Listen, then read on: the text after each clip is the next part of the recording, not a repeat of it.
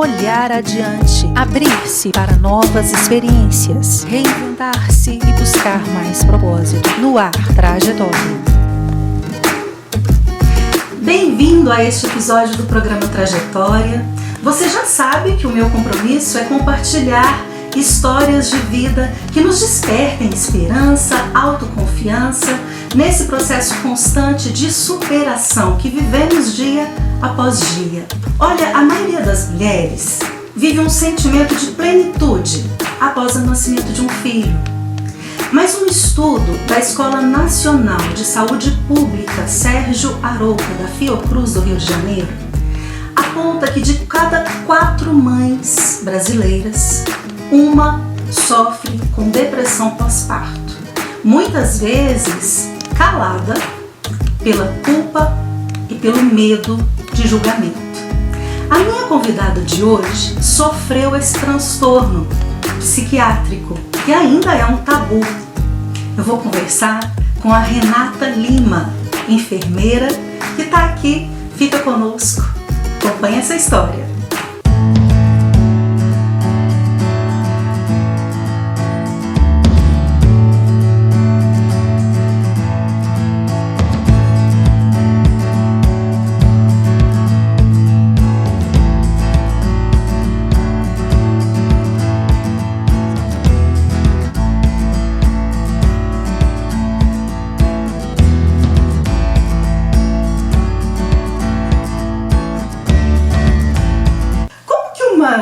Pessoa, né, assim, com um certo pânico, fadiga ali de órgãos internos, foi parar na enfermagem. Conta essa história.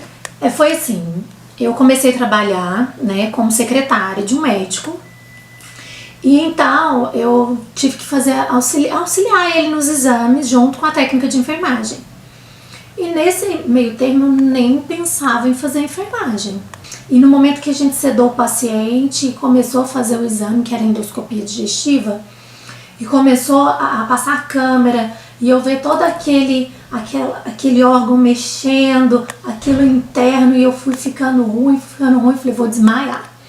A fim que a gente teve que parar o exame para eles me acudirem, para depois a gente conseguir terminar. E aí no outro dia, que foi meu segundo dia de trabalho, ele me chamou e falou assim, olha, Renata, eu acho que você não vai dar conta do serviço, porque eu tô observando, você não tá sentindo bem, né, de acompanhar o exame. Não é sua praia. Que não era a minha praia. E eu sempre fui muito decidida, eu falei, não, de forma alguma, eu vou dar conta sim. Você vai ver que eu vou dar conta, amanhã eu já vou ficar melhor, eu preciso desse emprego e eu vou dar conta. E eu coloquei isso na minha cabeça e fui embora. No outro dia, já comecei a respirar fundo e aí eu acostumei. E propus para esse meu chefe, então, médico, que se eu fizesse o vestibular e passasse, se ele me ajudaria aí na questão para pagar a faculdade, na questão de salário. E ele ainda brincou assim, eu acho, mas tem que passar em primeiro lugar. E fiz o vestibular e passei em primeiro lugar. Aí eu entrei para enfermagem. Foi que eu vi que naquele exame, naquele momento, eu achei que ali era a minha praia. Embora eu no começo eu passei mal e tudo mais, mas eu falei assim, gente, é nesse lugar que eu tô sentindo que vai ser a minha vida. E aí foi que eu entrei na faculdade de enfermagem. E aí começamos os estágios, e aí foi surgindo, foi fluindo. Estou aí agora, já com 10 anos de formada. E realizada na profissão. Interessante, assim, como que você conseguiu vencer esse primeiro impacto? O que você acha que te fez sentir aquele primeiro momento de aversão e depois se encontrar? Eu falo assim que eu, por exemplo, eu não gosto de ter a palavra que eu não dou conta. Eu não tenho essa palavra no meu dicionário. Eu não dou conta. O que deu essa questão da enfermagem foi de eu pensar o seguinte, por que os meus colegas, as outras pessoas dão conta e eu não dou? É uma profissão tão bonita. Desafiada. Sim, e eu gosto de desafio, sempre gostei de desafio. Vamos entrar na questão da maternidade. Você sempre sonhou em ser mãe? Você é filha caçula? Sou filha caçula. 2 antes de você. Isso, eu tenho um irmão mais velho e minha irmã do meio. E aí, desde pequena, sempre brincando de boneca, sempre sonhando em ser mãe. Não. Como é que é essa questão da verdade, maternidade? que eu era um menino, assim. Eu gostava de brincar na rua. Eu gostava de brincar de bola, de queimada. Não fui aquela criança que brincou de nenenzinha, de bebezinha. Eu sempre quis ser mãe, mas eu não me imaginava mãe. Então, e lá em casa todo mundo casou cedo. Meu irmão casou com 25, minha irmã casou com 22, eu casei com 21. Nossa. Com 21 anos. E quando eu me casei, eu falava assim, nossa, eu tenho que ficar grávida. Eu coloquei na minha cabeça que eu casei e eu tinha que ser mãe. Mas eu não tinha nenhuma preparação para ser mãe. Em termos de... Eu tinha sobrinho, mas eu não tinha aquela relação de tia, de trocar fralda. Não tinha. E eu não tinha essa relação com bonecas. Então eu não tinha relação zero com o neném. Eu gostava de neném no seu colo aí. Sabe? Acho lindo, fofinho, mas não gostava. Hoje já mudei. E aí, de repente, fiquei grávida. A minha primeira gravidez foi muito comemorada, mas eu tive um aborto. Meu primeiro foi aborto. Na noite de Natal. Então aquilo pra mim foi assim, um baque na minha vida. Então eu pedi muito pra Deus. Eu falei, Deus, se você me permitir que eu engravide novamente e essa gravidez flua, eu quero ficar gorda, eu quero ficar espinhenta, cheia de espinha, eu quero enjoar, eu quero fazer tudo que uma grávida tem, se der tudo certo. E eu acho que Deus me ouviu, sabe? Eu engravidei de novo e tive tudo que eu pedi. Então, eu tive tudo que eu pedi. Eu fiquei cheia de espinhas. Eu enjoei, eu não sei se até é engraçado falar que eu enjoei de pessoas. Olha, Determinada, eu vi umas pessoas, eu quase morria de passar mal. Aí eu engordei 30 quilos nessa gestação, que é a gestação da Cecília, minha filha hoje, que tem 15 anos. E quando ganhei Cecília, foi tudo normal, correu tudo certo, embora eu fiquei enorme de gorda, mas eu tava muito feliz. E eu ganhei o neném, veio aquele presente, mas ninguém me falou que o menino chorava. Sabe, ninguém me contou que e ela é moreninha, que eu sou bem branquinha, e a Cecília é moreninha, então ela chorava, ela ficava muito vermelha. Então eu tinha um medo excessivo dela morrer. Não sei porquê. E nesse dia que eu ganhei a Cecília, foram umas 15 pessoas no meu quarto. Então você pensa, eu fiz cesariana, não tive como fazer um parto normal. Fiz cesariana, com dores, aquela inexperiência, 23 anos eu tinha na época. E aquele tanto de gente no meu quarto, essa menina chora, ela fica preta. Ela ficava, sabe? Eu pensava que ela ia morrer, eu já dava pra primeira pessoa que eu parecia. Pelo amor de Deus. Pelo amor de Deus. Ela tá sufocando. Acorde essa menina. Ela não tá respirando, o que tá acontecendo? Isso. E aí eu pedi, pelo amor de Deus, pra eu ficar no hospital o resto da vida. Mas aí eles me deram alta. Ai, Jesus. Em 2 dias me deram alta e eu fui embora pra casa. Chegou em casa, meu marido fazia especialização fora. Então ele tinha que viajar e ele ficava, eu falava, como que eu vou sobreviver? Porque eu e ele, assim, gente, é assim. Sabe? Assim, eu dependo dele, não falando em questões de machismo e feminismo. Eu dependo dele como amigo, eu tenho ele como meu melhor amigo, então tudo é ele, entendeu? Então ele tinha que ir para Alfenas fazer o curso dele. Eu falei, Jesus, como é que eu vou ficar com a Cecília? Ela vai morrer, eu também. E aí começou a questão da depressão pós-parto, que só depois eu fui descobrir que isso foi um episódio de depressão pós-parto, porque antes, na minha adolescência, eu tive tumores de seio. E eu fiz cirurgias de retirada de tumor, embora benigno, mas eram gigantes. Então foram cirurgias que eu tirei meio quilo de tumor. E nisso eu tive muita fibrose, isso que me não favoreceu a minha amamentação. E naquela época, que hoje a gente tem essa facilidade, hoje eu estou na enfermagem e tenho a especialização de obstetrícia e ginecologia obstetrícia, justamente por isso, porque o tanto que eu sofri. Então hoje eu acho que a gente pode ajudar as mulheres nessa questão. Porque naquela época não tinha muito esse serviço ofertado, ou então eu desconhecia o serviço, que depois eu fiquei conhecendo. E, Esse de ajudar. Isso de ajudar na naqueles primeiros amamentação. dias, aquela dificuldade da criança da pega. Isso, é ajudar, assim, que eu falo, o puerpério mesmo, aquela mãe, que eu não sabia nada. A minha irmã morava em Uberaba, que mora até hoje, ela me ligava, Renata, você trocou a fralda? Eu, não, não troquei. Isso. Entendeu? Então ela falava, Renata, você tem que trocar a fralda. E eu ia lá, trocava, mas assim, não tinha aquele... Eu não estava com o prazer daquele sentimento, sabe? Eu amo a minha filha, amava aquele bebê. Sim. Mas eu ficava assim, gente, mas ser mãe é isso? Sim, mas é um misto, não é? O povo fala assim, um misto da alegria mãe é plena. padecendo paraíso. Eu falei, Jesus, que paraíso, porque tá tudo doendo. Eu tô pingando leite, com cirurgia doendo, menino chorando, minha mãe me ajudou muito, minha sogra, graças a Deus eu tive muito auxílio da minha cunhada, todo mundo me ajudou, até os vizinhos, porque eu falava fazer isso, dava. Não tem como 24 horas, em algum momento você ia ficar sozinha com ela. Isso, eu dava, assim, pra qualquer um que aparecesse, toma. Então, assim, essa questão da amamentação foi muito difícil pra mim. O médico, na época que estava acompanhando, fazendo assistência dela de pediatria, não tinha muito essa abordagem, que hoje a gente foca muito na humanização do cuidado, do atendimento. Não tinha muito essa abordagem, era, você tem que dar sim.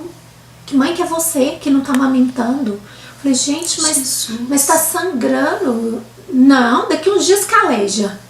Sabe? Eu falei, Jesus Cristo, eu não quero. Aí eu entrei nessa neura. E aí eu fazia faculdade, a minha professora da faculdade era esposa do médico psiquiatra. E eu falei pra ela, falei, você me ajuda a uma consulta com ele? Porque eu preciso saber se eu tô realmente doida, ou se isso é normal, se eu tenho esse direito de sentir isso, porque eu não queria. E aí, Gi, foi quando eu me libertei. Eu não dei conta de amamentar. Hoje, assim, eu tenho o maior prazer de auxiliar quem quiser.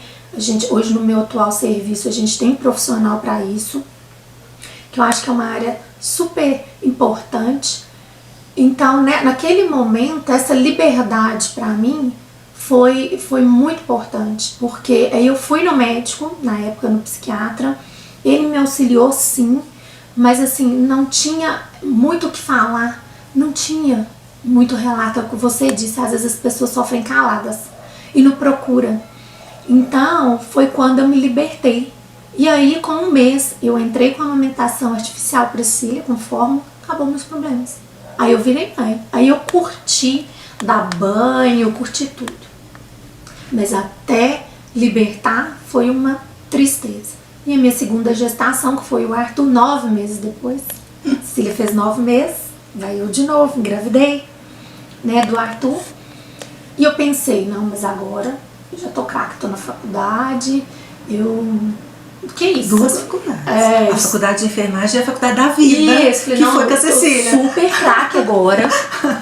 O negócio da amamentação é isso aqui, é relaxar e vai dar tudo certo. Não deu. Então, no hospital mesmo, aí já foi esse pediatra que fez a minha assistência, no hospital mesmo ele falou, não vai sofrer por causa disso. E ainda brincou assim, é até meio... vulgar, assim, eu falasse, mas gente, ó, tem umas vacas que são de corte e outras vacas são de leite. Você é de corte, você não é leiteira. Mas até que nós mães, mulheres, compreendemos isso e até que a gente aceita, porque a gente tem opiniões de familiares, nós temos julgamentos de vizinhos, de familiares da pessoa, não, você tem que fazer isso, a gente não tem que fazer. Hoje eu respeito muito a paciente. A mulher, ela decide o que ela quer fazer e ela pode decidir o que ela quer fazer.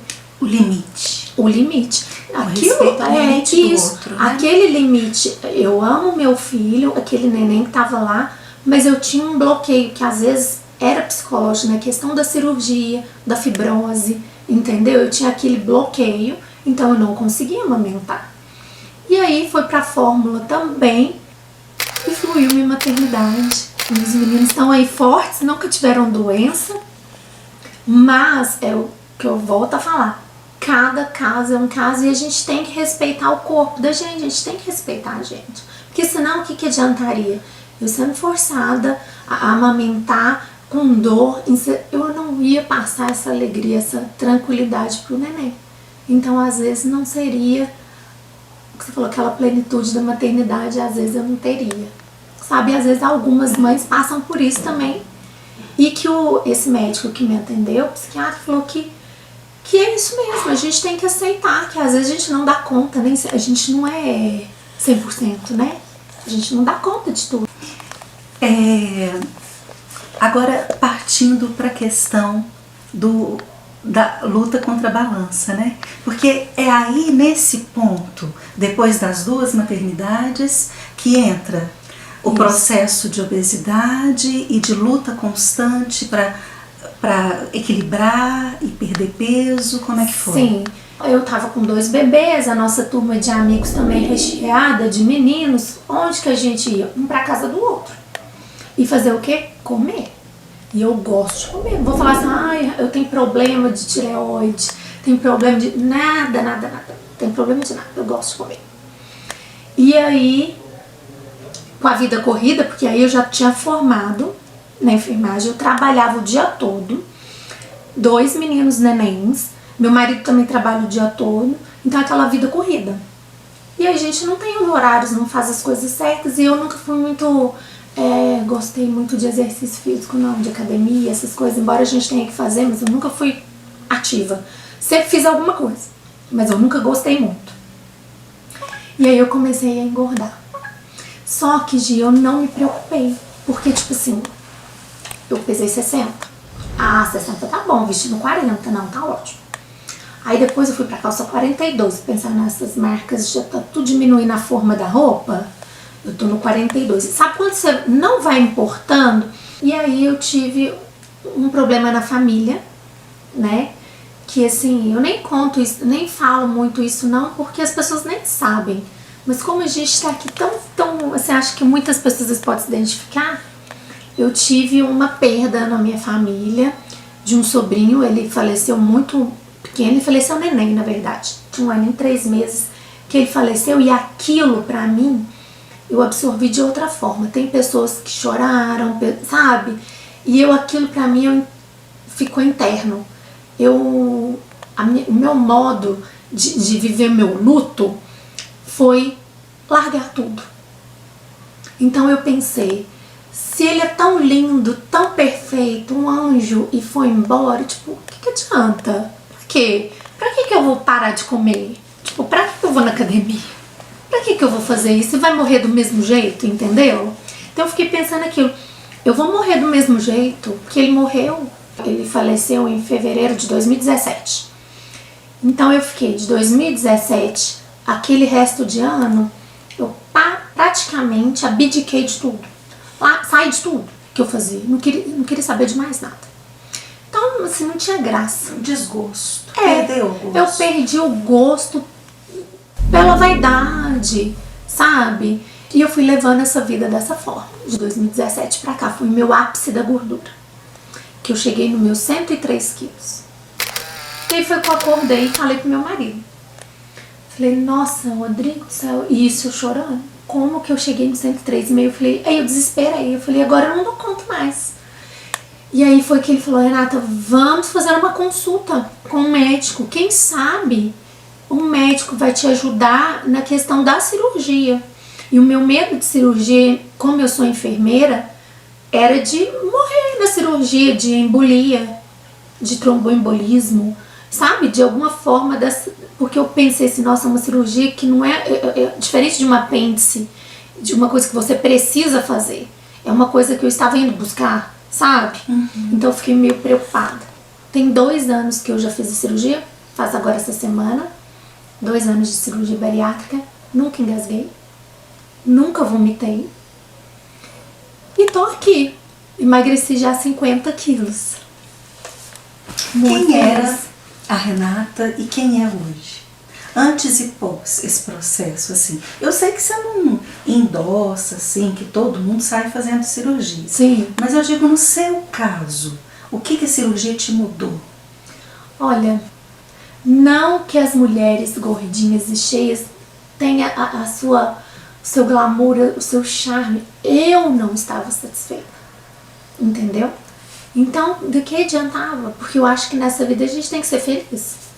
Eu vim pra cá pra ser alguma coisa e pra fazer a diferença e fazer alguma coisa. Pra ver a banda passar, eu acho que não é o nosso propósito. Então, assim, a Renata de hoje, eu vou te falar que eu não vou te falar que hoje eu sou completa, porque a gente não é completa. Porque se eu falar que sou completa, eu ainda tenho muitos objetivos pela frente, né? Senão, o que eu vou fazer daqui pra frente? Só tô com 38, se eu falar assim, nossa, pra mim agora já tá tudo bom, então amanhã eu posso ficar dentro de casa e acabou, né? Então, assim, eu ainda tenho várias coisas que eu quero. Mas eu vou te ser sincera, que de 2018 pra cá, eu tô um nojo. Tô terrível, assim, sabe? Eu tô achando maravilhoso essa oportunidade que eu tive. Eu ainda estou doente, né? Tenho 2 anos que eu estou em tratamento. Então, hoje eu me permito algumas coisas e outras eu não. Então, eu sigo regras, que é pro resto da vida. Mas hoje eu entendi, Gi, que o meu problema de obesidade não era porque eu gostava de comer. Era a minha ansiedade. Eu tinha uma preocupação pra frente. Então hoje eu vivo hoje, sabe? Eu não fico muito preocupada. O que vai ser o ano que vem? O que eu vou fazer do meu trabalho? Não. Eu curto a minha vida hoje. O que você poderia deixar assim de mensagem, voltando lá na questão da depressão pós-parto? Uma mulher, né, que acaba de ter um filho, que está se cobrando, porque ela se sente obrigada, que ela deveria ser assim ou assado, que ela deveria estar se sentindo assim ou assado, né? O que você poderia deixar de mensagem? Eu sei que você deve dizer isso diariamente para um monte de mulher lá pessoalmente, nos atendimentos, né? O que eu tenho para falar é o seguinte, eu acho que a gente tem que ser nós mesmas. Então, o que eu falo, que a gente não tem essa vergonha de procurar ajuda, entendeu? A depressão pós-parto, ela tem cura, ela tem auxílio, a gente não pode desistir da gente. Não ter vergonha e não ter vergonha e medo de reconhecer aquele sentimento. Isso é da gente, eu falo, a gente pode sim, entendeu? A gente pode ter as fraquezas, nós somos humanas, quem todo mundo acerta a vida inteira? Ninguém. Hoje a gente tem aí equipes multidisciplinares que não precisa de ser um psicólogo, pode ser um enfermeiro, um psicólogo, que seja um amigo, entendeu? Mas que ela tenha essa coragem de falar. Opa, eu estou sentindo assim, eu não gostei. Eu falei, eu sinceramente não gostei. Eu não gostei. Agora eu não vou ser, você como diz, apedrejado. Não, eu amo meus filhos, mas aquele momento pra mim não foi legal. Depois que eu me ajustei, que eu vi que é permitido a gente sentir angústia, tristeza, mas que tem pessoas que ajudam, que tem coisas que fazem a gente melhorar. E aí foi que eu consegui sair dessa. E a depressão, ela não escolhe idade, ela não escolhe sexo, ela não escolhe ninguém. A depressão, ela chega. E tem um monte de pesquisa que aponta que quem teve depressão em alguma fase da vida pode tá mais propenso predisposto a ter, né? A ter depressão pós-parto. Porque eu falo, né? Porque assim... E o contrário, quem tem pós-parto também tá mais propenso a sofrer outras depressões futuramente. Por isso que a necessidade de você curar a mente. Por isso que eu falo que no meu caso eu procurei ajuda, não tive vergonha, fui no médico psiquiatra. Médico é um médico psiquiatra, a gente tem que tratar da mente. A mente, hoje eu falo com certeza que a mente é o dono da minha empresa. Porque através da minha mente eu fiquei gorda, através da minha mente eu desisti de mim mesma, através da minha mente eu não fui uma mãe que eu deveria ser no sentido pra mim. Entendeu? Meus filhos não, estão lá gordinhos lá, eles viram do mesmo jeito. Mas eu falo pra mim. Então, quer dizer, se você não cura a sua mente, se você não trata a sua mente, várias outras coisas vão surgindo. Então é isso que eu falo da questão da depressão. Depressão às vezes nem lá da criança. Se eu não deixo a criança brincar, né, menino, criança é criança. Se a criança não é criança, ela não fecha a fase infantil dela. Aí ela vai pra adolescência. Aí ela não sabe o que é adolescente. Aí ela fica, gente, mas será que eu sou menina? Será que eu sou adolescente? E aí ela não fecha a fase do adolescente, aí ela vira um adulto. Então ela não consegue, ela não fecha. A gente tem que fechar os ciclos. Fechar os ciclos com tranquilidade. E quem precisar de ajuda tem que ter ajuda sim, não tem problema. Muito obrigada. Eu que agradeço, acho que eu falei demais. De forma nenhuma. Com certeza. É porque é muito amplo, né? É muito amplo. A gente abriu bastante o leque, mas eu tenho certeza que alcançou aí o objetivo e deve ter ajudado muita gente. Obrigada Isso, mesmo. e assim, as pessoas que quiserem aí me procurar por algum motivo que seja, para a parte da enfermagem ou para a questão da bariátrica, tiver alguma dúvida, estamos nas redes sociais, através do seu vídeo aí, do seu programa. Só entrar em contato aí que me acha. Obrigada. Né? Obrigada. Eu que agradeço.